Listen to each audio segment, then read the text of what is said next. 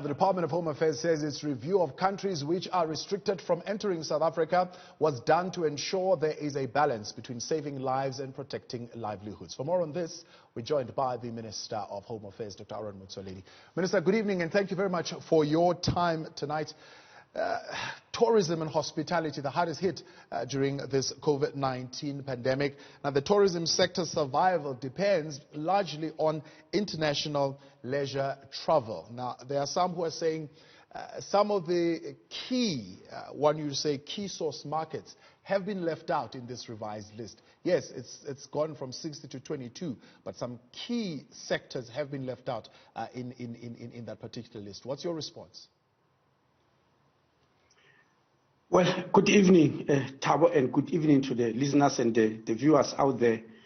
Well, it is true that some of the countries which you call key market, like, for instance, the UK and the USA, Germany, France, are on this list. But the list, those type of countries also coincide with their status as high-burden countries. I'm sure everybody knows that those are the countries that are highly affected. I mean, the highest among them is USA, which is our biggest market.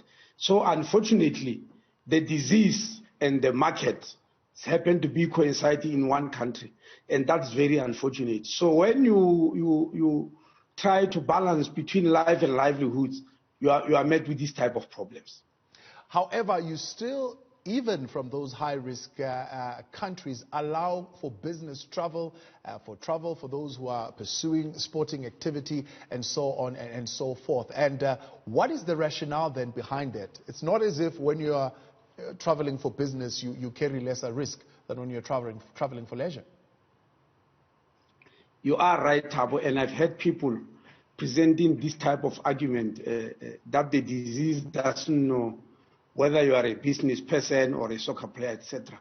I think, Thabo, let's realize that throughout this whole lockdown, right from the beginning, the problems that we are dealing with are problems of numbers, the problems of the probability and the possibility of something happening, and that depends on numbers. So when you look at the type of people who have chosen, we are looking at numbers. I mean, if you just open for everybody, for instance, leisure travelers, it's such a big number, we won't be able to exert control. So it's an issue of numbers, not about whether when you are a business person or whether you are a soccer player or whether you are a leisure, you get easily infected. It's about reducing numbers, which increases the probability of infections happening. Yeah. So catch-22, is it not? Because tourism and hospitality depend on those numbers. It's the numbers that you want coming into the country to boost the economy and save those jobs that have been hit hard. Yeah, that it's true, but it also depends on living people, not dead people. I'm sure we must be aware of that, not sick people. People who are healthy and living, it also depends on them. What about your strategy that you apply to business travelers of 72 hours PCR screening? Why can't that be applied across the board? I've already told you, Thabo, that it depends on, we're looking at the numbers. We might not be able to manage huge numbers at the same time. So we have been choosing, for instance, we made it simple for the African continent, which is nearer to us, that everybody here can come. Then, because because most African countries have been low risk to medium risk, but the countries that were being very strict are countries that are high risk. Even they themselves, Thabo, are already putting back some measures which they've relaxed. I'm sure when you follow the news, you realize that all over Europe, many countries are bringing back the measures which they've relaxed some time back, and they realized that it was a terrible mistake because infections are growing in those particular countries. Would you say the same for our hospitality and travel sector? I mean, show a vote of confidence for them since we moved to lockdown level 1. Have they not ensured that travel is conducted in a safe manner and also there is safety that is adhered to as far as protocols are concerned at our hotels and places of leisure? It's not necessarily about what they are doing and what they are not doing. Thabo, as I said, is an issue of what is the probability of these infections growing if we do this and if we do that. And now, unfortunately, as I said, the people who are coming for leisure, visiting, when you look at the volumes, we won't be able to deal with them. That's the unfortunate part of it.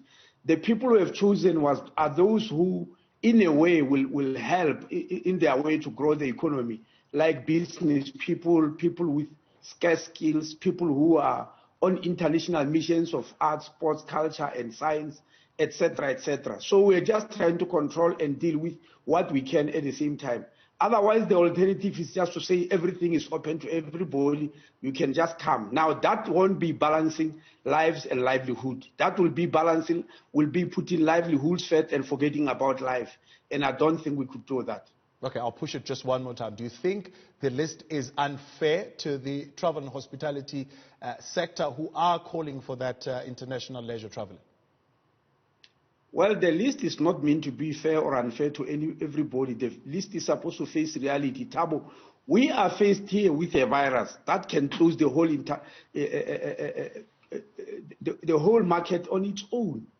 The whole tourism market, it can close hospitality industry. It can close it on its own without anybody doing anything, and it has done that before. It's not as if we are talking here to something that can reason. We are talking to a disease. We are fighting a virus that cannot reason with anybody, does not follow any of the logics that we think applies to business. We cannot see it, it's not visible. So that's the problem and the difficulty we are faced with. And we can't act like a Donald Trump under these conditions.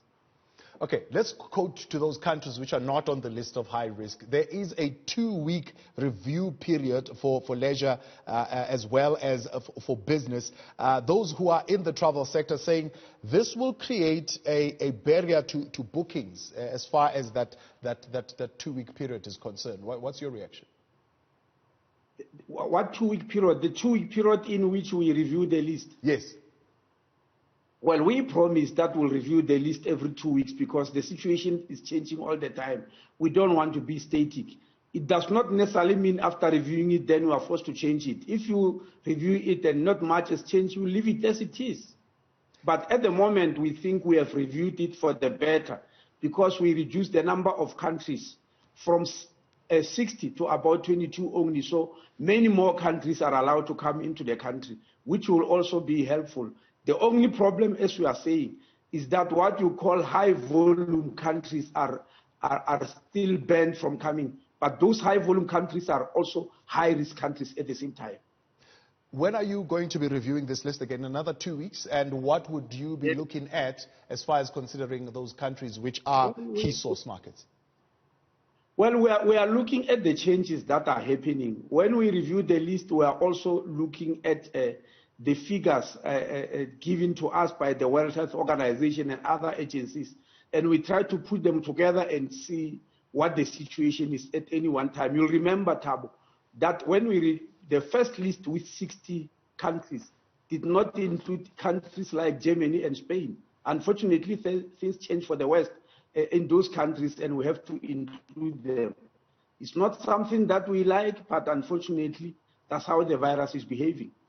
Dr. Motsoaledi, appreciate your time. Thank you very much for joining us, Minister of Home Affairs. It's not